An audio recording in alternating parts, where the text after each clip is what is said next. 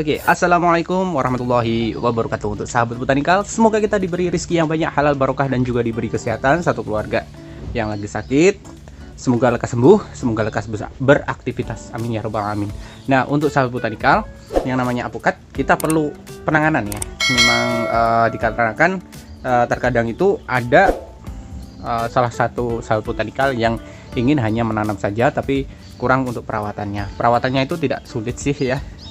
Dari segi perawatan, dari segi pemupukan ataupun pengecoran dan penanganan saat terjadinya atau terkena oleh hama. Nah, oke. Sekarang kita langsung saja untuk perawatan yang memang itu kita harus mendasar ya. Untuk perawatannya sendiri seperti halnya yang ada di belakang saya ini saat musim kemarau. Nah, ini kan lagi musim kemarau, jadi untuk musim kemarau kita harus melakukan pengecoran ya. Pengecorannya itu tidak harus seminggu satu kali ataupun mungkin 2 minggu satu kali, enggak, melainkan kita juga mengecek ya, mengecek untuk dari segi tanahnya yang ada di belakang saya ini. Contohnya kalau semisalnya kita cek itu masih kita gali sedikit itu kecoklatan atau masih basah, itu masih berani ya. Tapi kalau semisalnya kita gali itu sudah kering, alangkah lebih baiknya kita melakukan pengecoran segera ya. Nah, sekarang untuk penanganan yang berikutnya adalah pengemesan ya. Ya, kita harus melakukan pengemesan, jelas ya. Kalau maksudnya itu perabukan, entah itu dengan rabuk kandang ataupun rabuk kimia ya. Kalau untuk rabuk kimia itu hanya untuk doping saja, untuk pendukung saja. Meskipun ada sahabat botanikal yang bilang yang original, yang organik itu lebih bagus daripada yang tidak organik. Oke, tapi kan kita juga harus memikirkan untuk produksinya gimana. Nah, seperti halnya yang ada di sini ya. Ini ada urea, ini ada kayak gini. Nah, ini pupuk-pupuknya yang kita gunakan. Nah, semisalnya sahabat botanikal ingin mengetahui lebih lanjut tentang pupuk, bisa lihat channel kami ya. Lihat channel kami yang ada di Botanikal Sahabat Botani. Jadi untuk pemupukan saat berbunga, pemupukan saat bibit juga ada. Jadi semuanya ada di sana. Nah, ini salah satu dari pemupukan. Kalau yang kimia ya, kalau yang kimia gimana? Nah, kita biasanya itu kasih itu saat pengemesan 1 bulan 1 kali, tapi itu hanya sedikit-sedikit saja, tidak seperti teknik yang digunakan oleh petani yang lain ya. Terkadang itu kan ada yang cuman banyak 1 genggam udah dibiarin selama 6 bulan. Tapi buat kita yang penting itu terus-menerus kita kasih, maka produksinya itu tidak akan kacok alias tidak akan stres ya. Karena apa? Makanan terus-menerus ke situ. Nah, sedangkan kalau misalnya menggunakan kohe kambing, jadi ada banyak jalan menuju Roma lah ya. Jadi bukan berarti menggunakan teknik kita itu 100% benar, enggak. Melainkan yang kita terapkan memang seperti ini. Nah, ini kan ini kohe kambing ya. Ini kohe kambing, kita produksi sendiri. Nah, selama kisaran 6 bulan kita kasih. Nah, ini kan nggak usah kita kasih pun bisa ambil sendiri karena memang dekat sama yang namanya kandang. Nah, ini kalau misalnya di lahan pertanian selama 6 bulan itu kita kasih yang namanya kohe kambing di sekitaran apukat tersebut. Nah, fungsinya untuk apa? Nah, itu terkadang itu rabuk yang kohe kambing itu lebih baik daripada yang kimia. Memang kita akui seperti itu, tapi juga harus ada dopingnya. Kalau misalnya kita kasih 6 bulan 1 kali misalnya kekurangan, nah itu kan juga berdampak terhadap pertumbuhan dan juga produksinya. Makanya kita juga doping yang namanya pupuk kimia ya, tidak hanya pupuk dari organik saja. Nah, seperti ini ya, hewani lah, bukan organik ya, hewani ya. Nah, ini dari produksi bisa kelihatan. Jadi ada perbedaan kalau misalnya memang dirawat ataupun tidak dirawat. Nah, salah satunya itu ini ada di depan saya, ini adalah doping yang kita gunakan. Salah satunya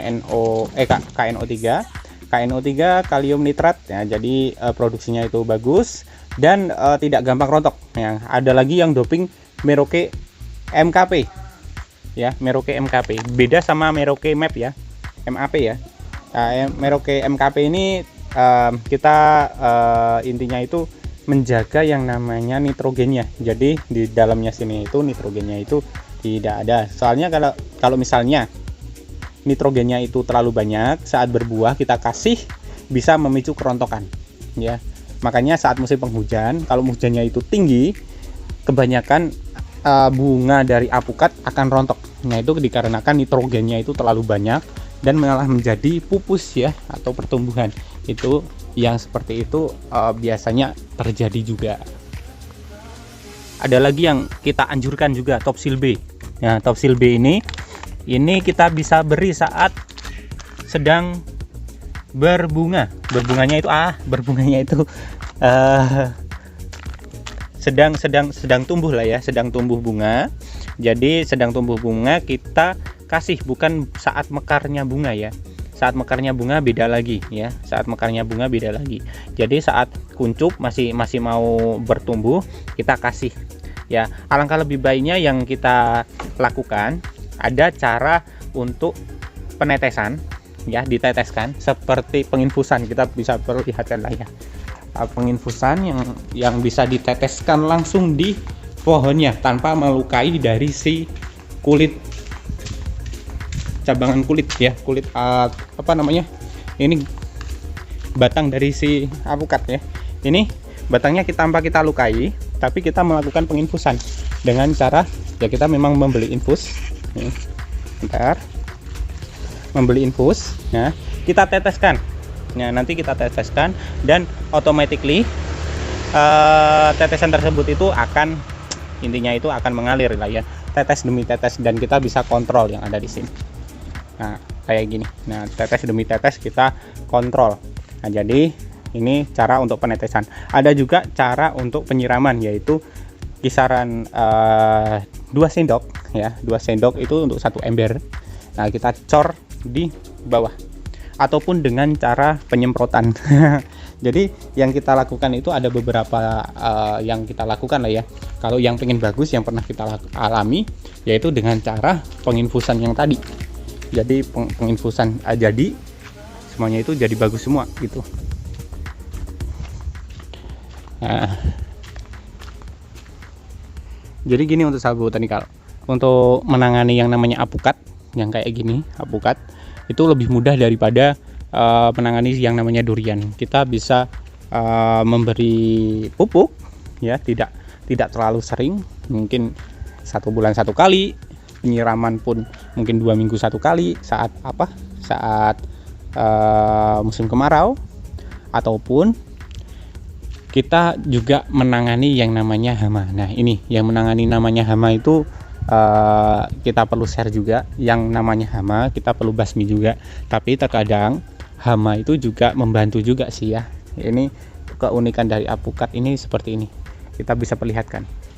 Nah, ini adalah contoh dari apukat yang terserang oleh hama. Dan ada lagi, kita geser seret ke sana ya, kita zoom saja, mungkin pecah tapi nggak apa-apa. Di pucukan sana ya, di pucukan sana itu pernah terjadi yang namanya hama ulat yang menyerang. Nah, hama ulat yang menyerang itu sampai gundul dan ternyata malah menjadikan bunga ya, malah menjadikan bunga. Terkadang seperti itu. Jadi membuat kesetresan lah ya, terkadang membuat kesetresan tapi menguntungkan para petani. Nah, itu bagi bibit-bibit yang belajar berbunga ataupun belajar berbuah. Nah, tapi yang namanya hama, kalau misalnya itu pohonnya sudah berbakti seperti ini, alangkah lebih baiknya kalau ada hama kita langsung semprot saja, dikarenakan nanti bisa memicu kesetresan. Wina, ini dari pohon wina ya. Ada juga yang apukat peluang. Ini agak sedikit riskan saya yang apukat peluang ini, dikarenakan produksinya itu sangat bagus sekali, rantingnya sampai membengkok ya. Nah, dikarenakan memang produktivitas sangat luar biasa, genjah ya, luar biasa genjah nih. Nah, satu tangkai udah mentiung aja, di atas juga mentiung nih, grendel banyak banget. Nah, ini dari apukat peluang. Nah, jadi tidak hanya yang bilang ini Roro dari Bangka yang memang itu genjah, tapi tergantung kita produksinya juga kayak gimana. Memang Roro dikatakan genjah karena kita petik yang tua, terus masih ada meninggalkan bunga, tapi kita belum membuktikannya secara langsung. Jadi kita baru share yang namanya apukat peluang, apukat wina, ataupun apukat muriah yang ada di sana. Nah, jadi untuk sahabat botanikal yang ingin membeli bibit, maaf ini iklan lagi, yang ingin membeli bibit silahkan kontak kami yang ada di bawah sini ya. Banyak ya, yang namanya Mbak Irfa itu sebagai seksi jual beli lah ya. Yang menangani jual beli bibit. Nah, tapi yang jelas untuk yang kita share yang seperti itu, dari penanganan pengecoran saat musim kemarau, terus pemupukan meskipun musim kemarau ataupun musim penghujan itu sama. Terus yang ketiga itu penanganan dari si hama. Nah, tergantung untuk sahabat botanikal mau perawatannya seperti apa. Nah, itu tergantung yang namanya lokasi yang ada di wilayah masing-masing, karena lokasi wilayah masing-masing itu sudah beda ya. Oke, nah sahabat botanikal, begitu saja untuk penanganannya. Tidak rumit, sama sekali tidak rumit, hanya memerlukan 3 aspek tersebut: pengecoran, yaitu penanganan hama, dan juga yang namanya pemupukan. Itu jelas nanti akan produksinya itu akan bagus juga. Nah, untuk sahabat botanikal, silahkan kalau misalnya mau berkunjung di sini, silahkan datang yang ada di bawah sini. Jadi ada alamat, ada nomor HP. Jadi sahabat botanikal bisa langsung berkunjung di sini, membuktikannya bibitnya seperti apa. Nah, seperti itu ya. Nah, cukup sekian dari saya. Apabila ada kekurangan mohon maaf. Saya Irfan dan wassalamualaikum warahmatullahi wabarakatuh, dan salam botanikal.